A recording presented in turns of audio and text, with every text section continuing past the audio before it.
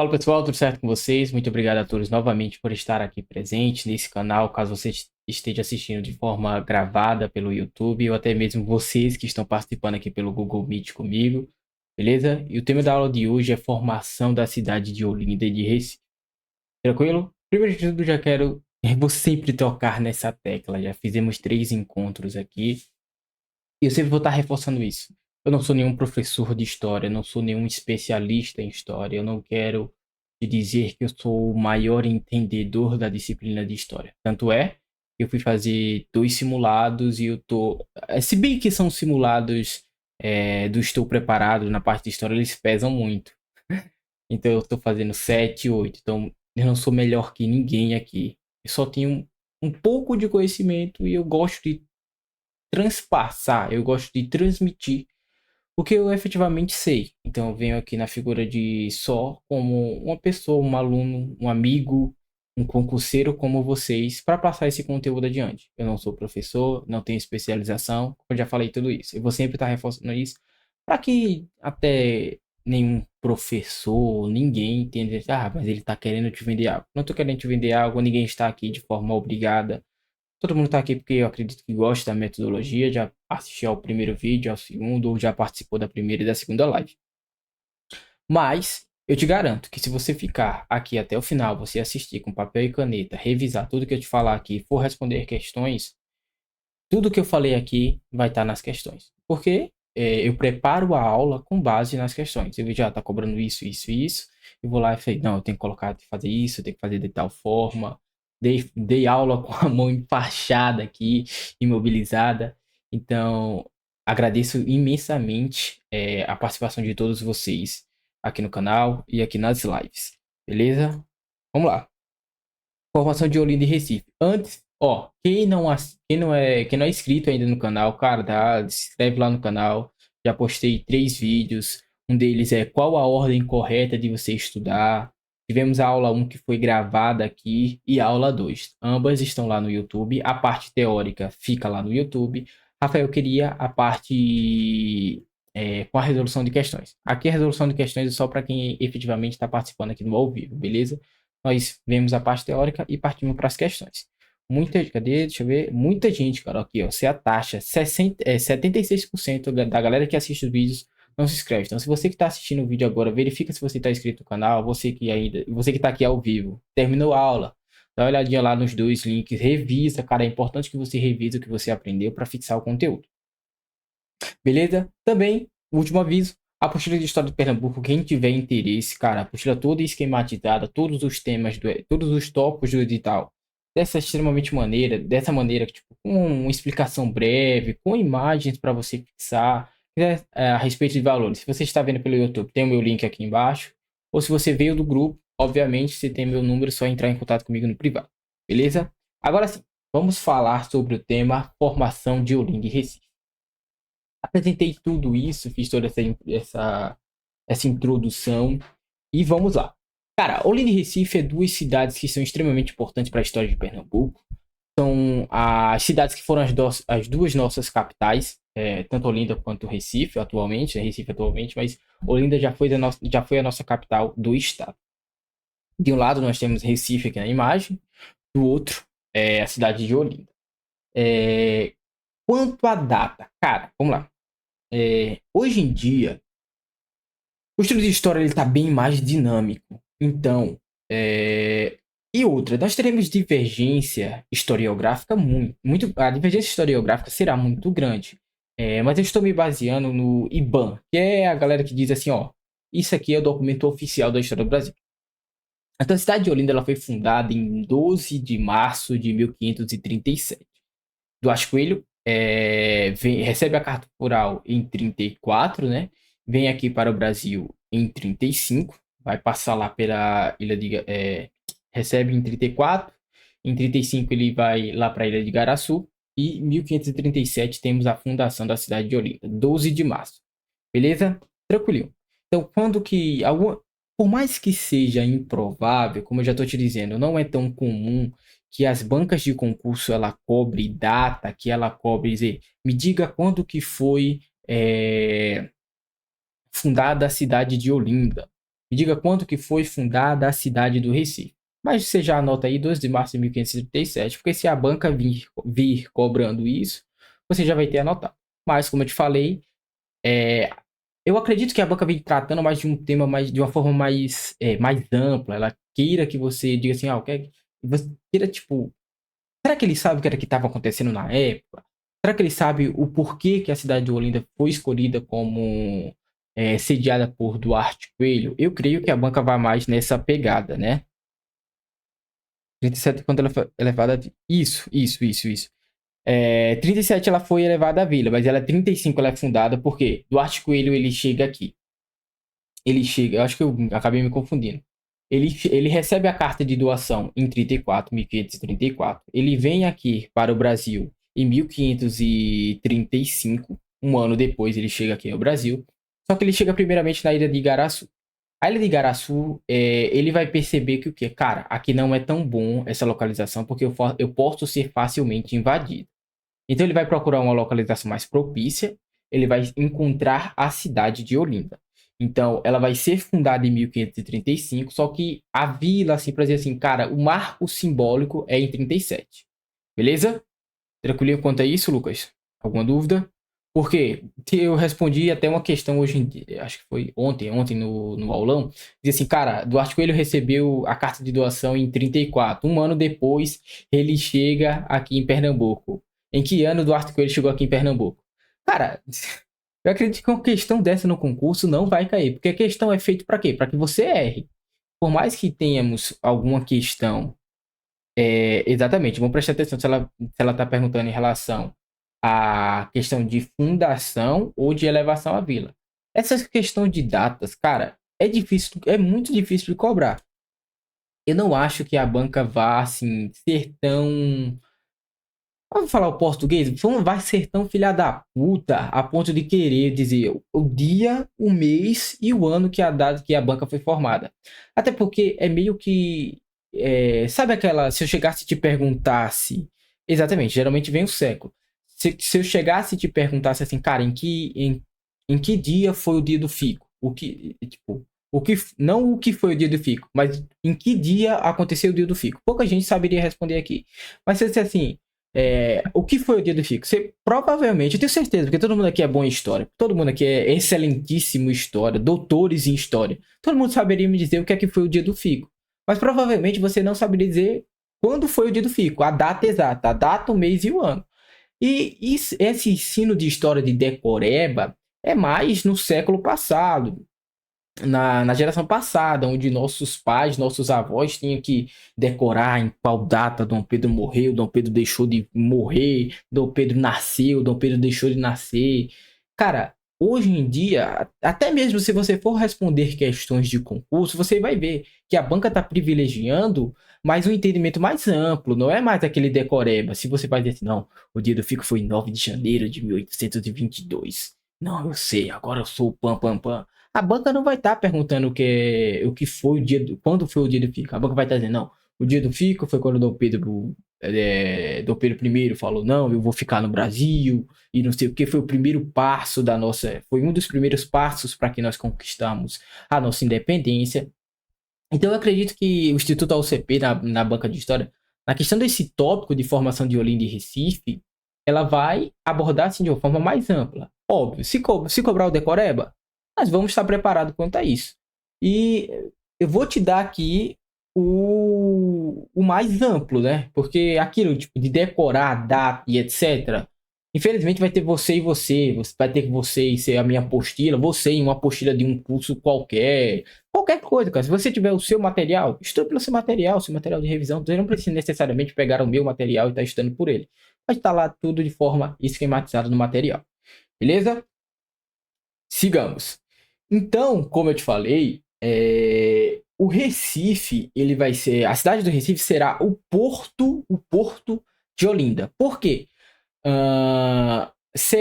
Olinda será, como eu já te falei no tópico anterior, da nossa aula anterior, será onde nós teremos a plantação de cana-de-açúcar, baseado no sistema de planteio. E esse açúcar, esse açúcar não fica aqui em Pernambuco. Ele é mandado lá para a Europa. E por onde que esse açúcar será mandado para a Europa?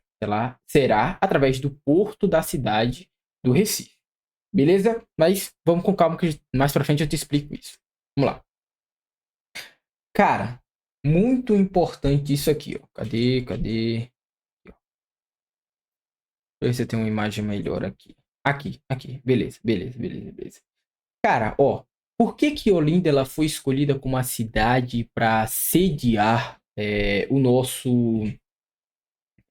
Para ser a capital do estado? Por que Duarte Coelho ele vai para Olinda? Por que ele não fica em Igaraçu? Primeiro porque, como eu já te falei, ataques indígenas, a localização desfavorável de Igaraçu, ou seja, ele ficava muito exposto. Ele não conseguiria ver, ele seria facilmente cercado na cidade de Igaraçu. Então ele pensa assim, eu preciso ir para um lugar alto, onde eu tenho uma certa visualização, e eu preciso de um local onde eu esteja próximo ao mar. Por quê? Por que próximo ao mar? Porque se eu receber um ataque, esse ataque virá do mar. Beleza? Por isso a cidade do Recife ela é escolhida como a sede do governo de Duarte Coelho. Porque aqui, ó, no alto da Sé, Duarte Coelho ele consegue ter a visualização aqui do mar. Cadê? Ó, visualização aqui do mar. E ele tem uma localização alta. Então ele está no alto, ele consegue ver todo mundo que está chegando.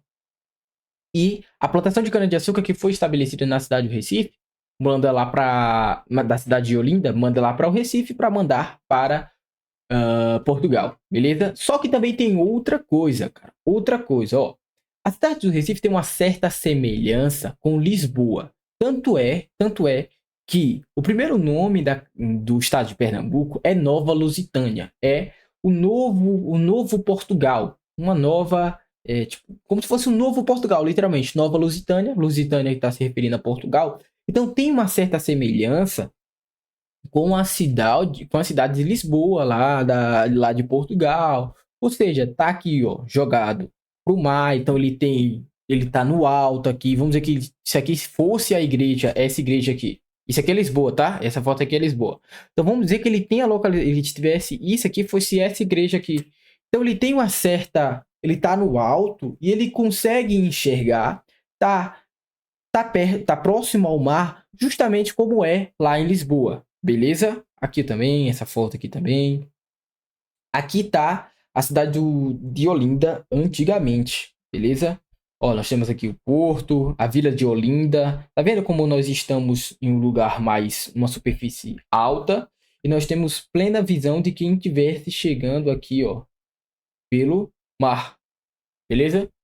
Beleza, então nós já batemos isso, que a cidade a cidade de Olinda foi escolhida através da localização geográfica favorável.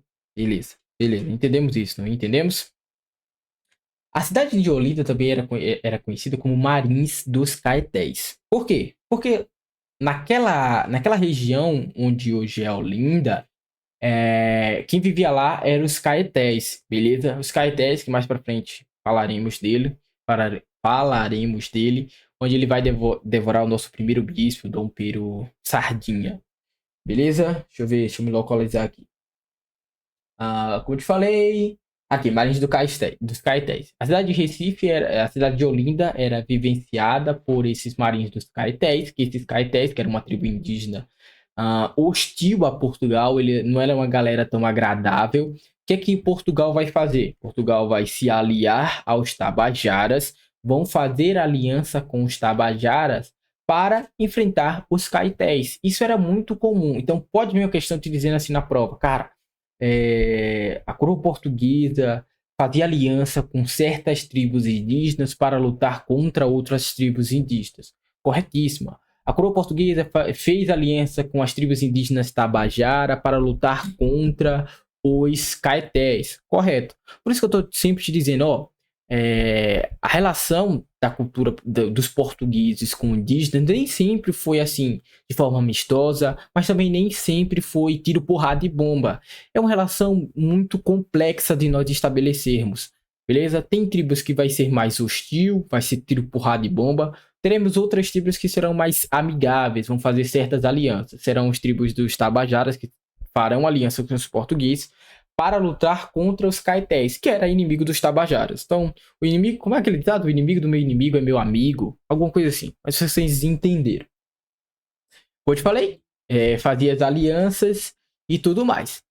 Outra coisa, cara, que Olinda será o destaque nesse período colonial, dessa formação, será que Olinda vai ser onde nós teremos a plantação de cana-de-açúcar? A cana-de-açúcar, ela está ligada à cidade de Olinda, enquanto o comércio está ligado à cidade do Recife, beleza? Então, quando eu estou falando de comércio, lembre de Recife. Cara, tanto é que hoje em dia, quem vai lá no centro do Recife vê que é um negócio caótico. Ali teve um rapaz que viralizou, aquele do cara do solte minha camisa. Solte minha camisa! Cara, aquele. Bom, você vê ali que a cidade do Recife é mais voltada ao comércio, onde nós temos ambulantes. Isso vem mais de uma questão histórica, beleza? Então a cidade do Recife é voltada para o comércio dos mascates. Mais para frente teremos um tópico que falaremos específico sobre a Guerra dos Mascates. Mas a cidade do Recife está ligada ao comércio, enquanto a cidade de Olinda está ligada à produção de cana-de-açúcar. Se você quer entender a importância da cana-de-açúcar para a economia local, dá uma olhadinha na aula que está lá no canal, salva, a respeito literalmente, a importância do açúcar para a economia local aqui em Pernambuco, beleza? Mas Olinda que vai se destacar nessa produção de cana-de-açúcar, enquanto Recife, comércio. Beleza. Sigamos. Ó, aqui é um mapa do que era basicamente a cidade de Olinda. Tá vendo aqui o Oceano Atlântico, tá vendo? Aqui era o Alto da Sé, que era o ponto mais alto, onde ele tinha visão de quem estava chegando aqui do Oceano Atlântico. Museu da Arte Sacra em Pernambuco. Cadê esse ponto 1? Aqui, ó, tá vendo? Então toda essa configuração era essa configuração que nós tínhamos da cidade de Olinda. Beleza? Tranquilinho. Enquanto eu te falei que o Porto do Recife era onde a produção de cana-de-açúcar ela era produzida na cidade de Olinda, só que ela escoava, ela partia lá para Portugal através do Porto do Recife. Tranquilinho? Nesse Porto do Recife também nós temos a chegada. Ao mesmo tempo, ao passo que nós estamos enviando o açúcar lá para Portugal, está chegando uma mercadoria. Qual que é essa mercadoria? Cadê? Escravos. Muitos escravos. Deixa eu ver se eu consigo pegar aqui. Consegui. Aqui, ó. Livro Escravidão, do Laurentino Gomes. Eu tinha deixado uma página separada aqui para eu relatar a vocês. Eu não sei se eu vou achar, cara. Provavelmente eu não vou achar. Mas ele tava basicamente onde o livro ele retrata. E, cara, ao mesmo tempo que Pernambuco estava enviando cana-de-açúcar lá para a Europa, para Portugal, chegava muito escravo aqui em Pernambuco. Cara, era gigantesca a quantidade de escravo que chegava aqui em Pernambuco. Porque a mão de obra predominantemente que era utilizada na lavoura açucareira era de mão de obra africana. Só que não seja assim não leigo, mas não seja tão superficial ao ponto de dizer que só era utilizada a mão de obra negra africana nas lavouras canavieiras. Eu já te falei sobre isso. Não era apenas cara, é porque diverge muito de escritor para escritor, mas foi nessa média de 800 mil a 1 milhão de escravos que o Porto do Recife recebia. Porque se estamos falando de história, números, é uma coisa muito imprecisa, porque muita gente se perdia nesse translado África-Brasil. Muita gente era em média 30 a 60 dias, dependendo de como as correntes marítimas estavam nesse período. Esse translado demoraria mais ou menos. Então, em média, vamos colocar de 1 milhão. Mas nós sabemos que foram muito mais, porque provavelmente muita gente morria nesse percurso. O Laurentino Gomes, ele fala que 1/3 da galera que vinha nos navios tumbeiros, nos navios negreiros, acabava falecendo, seja por se matava, se jogava dentro do mar. Ele relata que é, tem uma cidade lá em Portugal, né? Eu não lembro qual cidade especificamente. Os tubarões, eles ficavam arrodeando os navios. Por quê? Porque eles já sabiam que quando eles estavam chegando,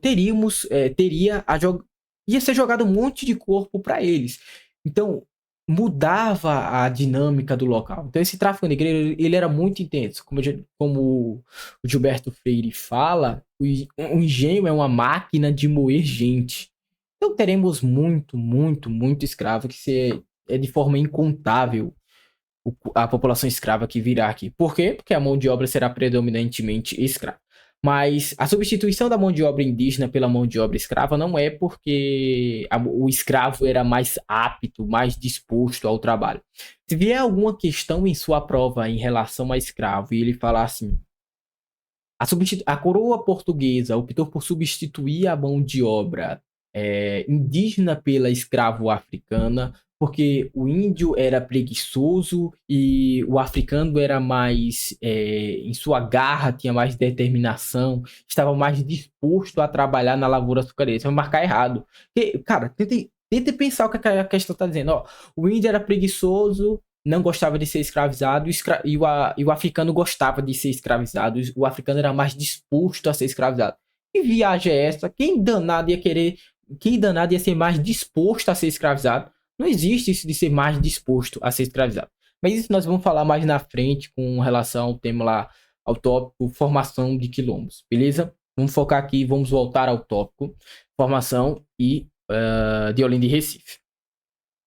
Beleza. Como eu já te falei, nós tínhamos a grande chegada de escravos africanos no porto do Recife. Ao mesmo tempo que eu estava enviando o açúcar, estava chegando escravos aqui em Pernambuco. Olinda, cara, é patrimônio cultural da Unesco, né? Olinda é tido como patrimônio cultural da Unesco. A cidade de Olinda é tida como patrimônio cultural da Unesco. O que isso significa?